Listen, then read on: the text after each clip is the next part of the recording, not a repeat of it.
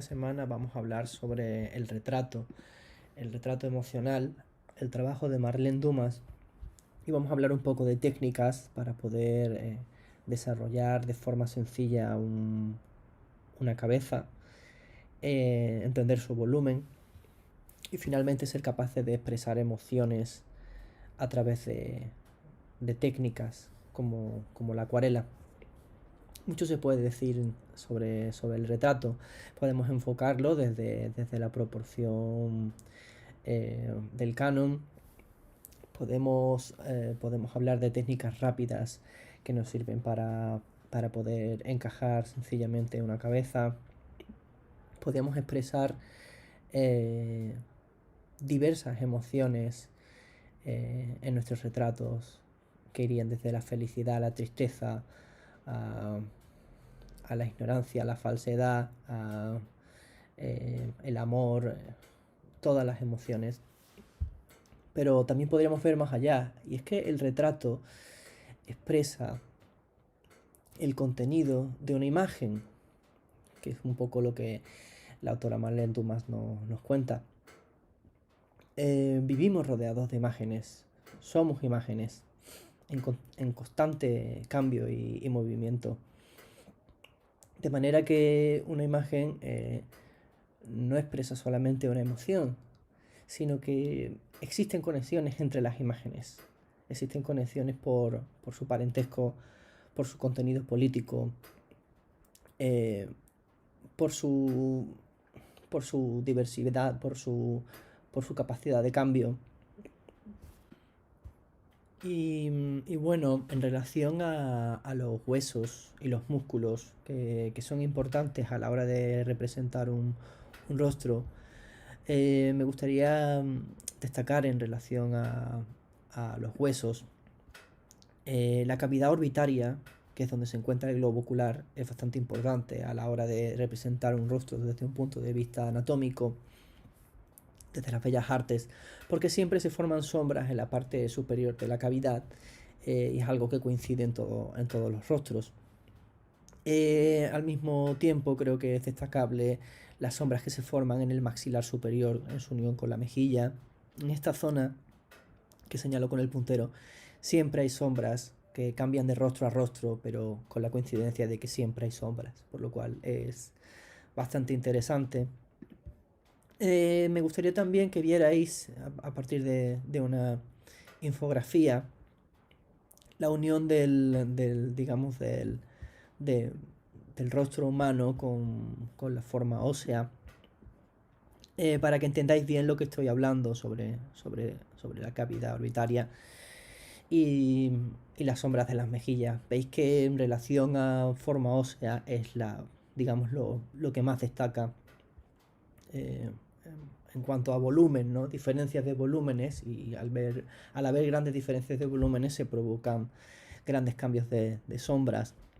También los encontramos en la nariz, la sombra que proyecta en la nariz, y en la barbilla siempre suele haber sombras también a la hora de representar un rostro. Para que lo podáis ver desde otro punto de vista, en esta otra infografía vemos una representación del rostro. Eh, y bueno, como podéis comprobar, ocurre lo mismo, ¿no? O sea, vemos como el ojo queda como incrustado dentro de la cavidad. Es una buena manera de entender cómo tenemos que aplicar las sombras, ¿no? Sobre todo en la zona interior de, de la cavidad orbitaria, como estoy señalando con el puntero. Y bueno, en relación después a lo que serían los músculos, también mm, podríamos destacar eh, un poco, en mi opinión, las zonas más interesantes siguen siendo las mismas. Todo lo que tiene relación al elevador del labio superior, al cigomático menor, al cigomático mayor. Todas estas formas son muy importantes porque definen las mejillas del ojo. También normalmente el orbicular de los ojos es importante. Aquí se forman sombras interesantes. Y aparte todos estos músculos son los que nos proporcionan las expresiones, ¿no? Elevador del ángulo de la boca, son bastante importantes a la hora de expresar emociones. Y en relación a la expresión de emociones, aquí os traigo un conjunto de expresiones faciales para que os hagáis una idea. Por ejemplo, un rostro con cara de asombro, un rostro de felicidad, un rostro de pensativo, bueno, la risa, el enfado, el cariño. Son ideas que expresa el rostro, ¿no? Pues de una manera más general o a un nivel emocional que podemos entender, ¿no? También después estas imágenes se vuelven más complejas cuando unimos unas emociones con otras o cuando a lo mejor en un retrato expresamos un cambio de una emoción a otra. Pues todo este tipo de cosas nos permiten expresar las emociones. Están unidas pues todo ese contenido teórico en relación a el conocimiento óseo junto con la aplicación de las sombras se une a las emociones y eso nos da la expresión en el rostro, ¿no? Es un poco la idea. Un rostro pues que muestre, por ejemplo, la derrota, que muestre la pena, que muestre pues la arrogancia.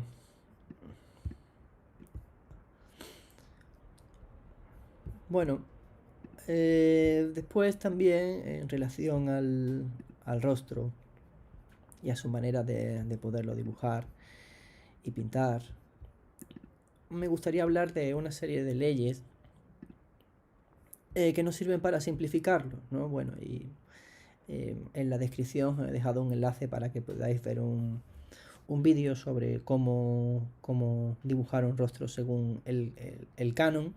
Lo más importante es llegar a una serie de conclusiones simples que nos ayuden pues a poder desarrollar un rostro de manera rápida y sencilla, siempre sin tener que complicarnos mucho.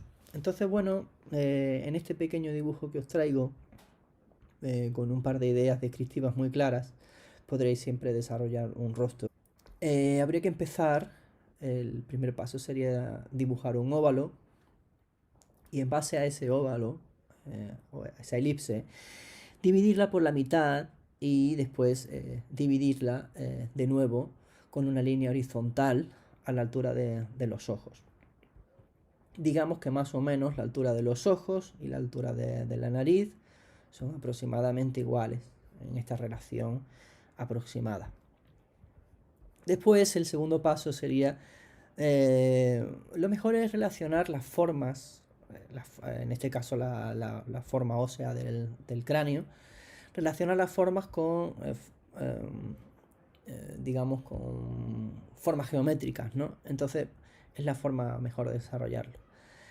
Así que si unimos a esa elipse y a esos ejes que he dibujado un par de circunferencias, podemos decir que ahí está la cavidad orbitaria donde irán los ojos, más o menos desarrollado de esta manera. Y bueno, después a eso podemos unir una serie de descripciones muy simples, que aunque aquí os pueda parecer un poco descriptivo, la verdad es que es muy útil, os lo prometo. Se trataría simplemente pues de pensar un poco en la nariz como una especie de triángulo y pensar un poco en los ojos pues como con esta forma de pez que está dentro de, digamos, de la circunferencia, y lo mismo ocurre con la boca. Si lo pensamos un poco de esta manera y dividimos el espacio un poco de esta manera, pues esta relación ojos, nariz, boca, barbilla, pues conseguimos más o menos desarrollar un rostro. Si queremos seguir el canon y hacerlo de una manera proporcional, el canon nos dice que tenemos que dibujar una circunferencia, esta circunferencia dividirla por la mitad, después verticalmente, después también horizontalmente, y cada una de estas secciones dividirlas en 4, 1, 2, 3 y 4, 1, 2, 3 y 4, y esa distancia de 4, coger un tercio hasta aquí y llevárnoslo de nuevo hasta aquí, en esta parte de aquí, eso es lo que dice el canon, y aquí estaría la barbilla, y después, bueno, pues en ese mismo división de tercios, el último tercio estaría a la altura de los ojos, y bueno, lo podéis ver en el vídeo. A mí me parece un poco más complicado e innecesario, porque al final lo que conseguimos es una elipse. Entonces, el rostro eh, es simétrico, pero también, también es distinto por dentro. Un ojo no se parece al otro, no es exactamente igual. Si cogéis cualquier foto vuestra e intentáis que las dos partes de la cara sean iguales, saldría una deformidad. Por lo cual no se trata de hacer algo perfecto. El rostro es algo cambiante. Es importante tener también esa idea. Aquí también una idea del perfil de cómo desarrollar un rostro de manera rápida. Pues nada, en base a una circunferencia estaría sobre esta misma altura, esta relación de, digamos, esto sería como la vista frontal del rostro y esto un perfil, ¿no? Pues están como en la misma escala. Pues si veis, pues el ojo podríamos representarlo como una especie de V, y sobre esta V se posaría una circunferencia, y después sobre la V también saldría una circunferencia más pequeñita, que es donde está el globo ocular, y conectado como ese globo ocular y esta circunferencia de los pómulos sale como otra V. Y después conectado a esta circunferencia que es la del pómulo iría otra circunferencia pequeñita para sacar la barbilla. Si buscas un poco estas relaciones, ¿sabes?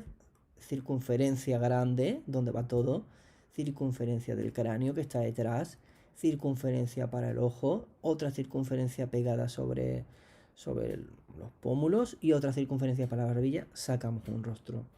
Al final son formas simples geométricas, una V, una circunferencia, media circunferencia y la relación de unas horizontales. No es difícil, por lo cual os recomiendo encarecidamente que en vez de tratar de complicaros mucho la vida, os baséis en este esquema porque podréis dibujar rostros de forma sencilla.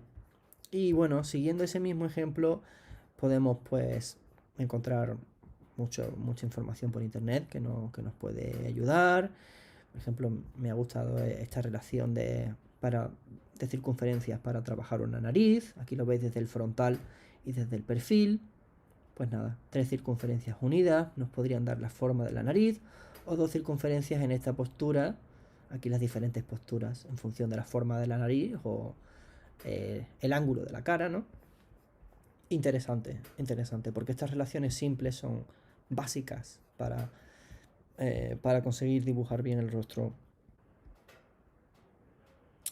Y bueno, la artista sudafricana Marlene Dumas nació en Ciudad del Cabo el 3 de agosto de 1953 y vive y trabaja actualmente en Ámsterdam, en los Países Bajos. Su trabajo enfatiza tanto en la realidad física del cuerpo humano como su valor psicológico.